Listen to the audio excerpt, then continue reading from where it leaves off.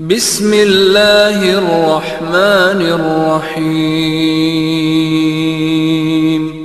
کس نبی نے 70,000 مردوں کو زندہ کرایا؟ واقعہ مکمل سنیں۔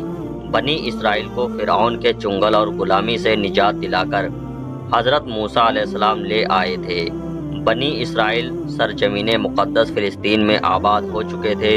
حضرت موسیٰ علیہ السلام کے بعد حضرت حزقیل علیہ السلام تیسرے نبی تھے جن کو اللہ تعالیٰ نے بنی اسرائیل کی ذمہ داری سونپی۔ حضرت حزقیل سے متعلق ایک تاریخی واقعہ ایسا ہے جس کی وجہ سے حضرت حزقیل علیہ السلام مشہور ہوئے۔ حضرت حزقیل علیہ السلام سے قبل اور حضرت موسیٰ علیہ السلام کے بعد حضرت یوشع بن نون علیہ السلام کو اللہ تعالیٰ نے نبوت سے سرفراز فرمایا۔ آپ کے بعد حضرت قابل بن یحونہ علیہ السلام مرتبہ نبوت پر سرفراز ہوئے اور اس کے بعد حضرت حزقیل علیہ السلام آئے۔ آپ کو ابن الیجوج کہہ کر بھی پکارا جاتا ہے۔ ابن الیجوج کہلانے کی وجہ سے یہ اس وقت پیدا ہوئے تھے جبکہ ان کی والدہ ماجدہ بہت بوڑھی ہو چکی تھیں، اور آپ ذوالفقل بھی کہلائے۔ آپ کا لقب ذوالفقل اس لیے ہوا کہ آپ نے اپنی کفالت سے لے کر 70 انبیاء اکرام کو قتل ہونے سے بچا لیا تھا۔ پھر یہ خود بھی خدا کے فضل و کرم سے یہودیوں کی تلوار سے بچ گئے اور برسوں زندہ رہ کر اپنی قوم کو ہدایت فرماتے رہے۔ حضرت حزقیل کی وجہ صورت بننے والا واقعہ کچھ ایسا ہے کہ بنی اسرائیل کی ایک جماعت جو حضرت حزقیل علیہ السلام کے شہر میں رہتی تھی، موت کے خوف سے شہر چھوڑ کر جنگل میں جا کر رہنے لگی۔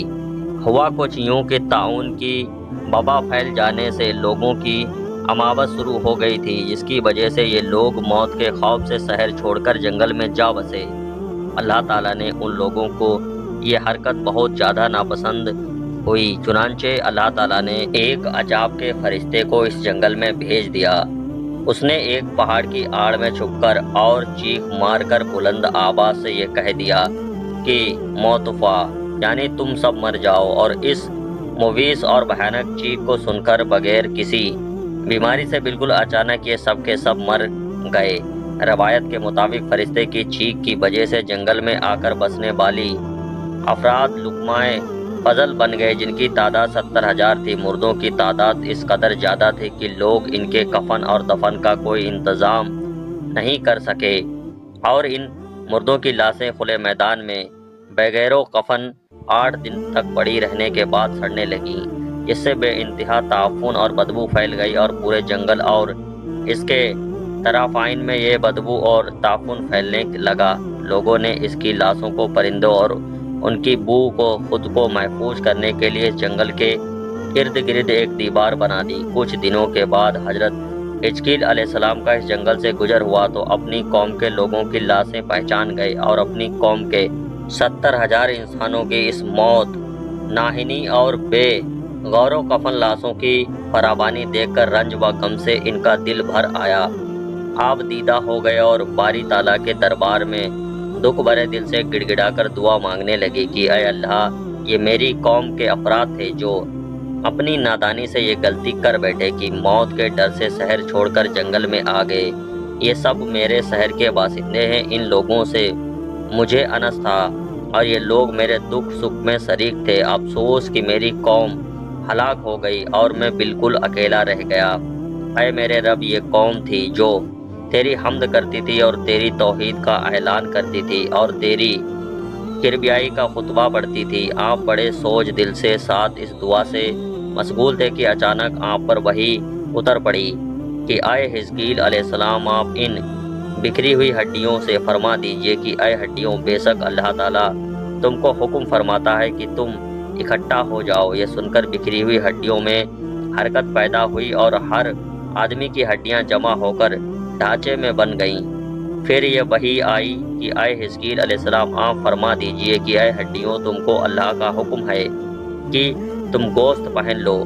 یہ کلام سنتے ہی فوراً ہڈیوں کے ڈھانچے پر گوشت پوست چڑھ گئے۔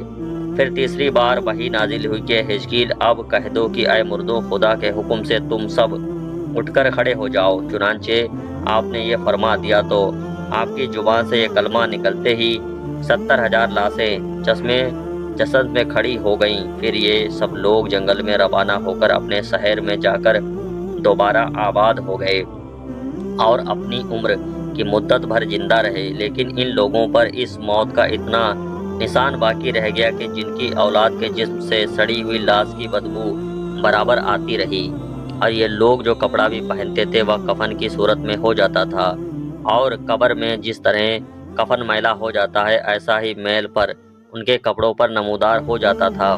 چنانچہ یہ اثرات آج تک ان یہودیوں میں پائے جاتے ہیں جو کچھ لوگوں کی نسل میں باقی رہ گئے۔ اس واقعہ کا قرآن مجید میں بھی ذکر موجود ہے۔ یہ عجیب و غریب واقعہ قرآن مجید کی سورہ بقرہ میں خدا بند قدوس نے اس طرح بیان فرمایا۔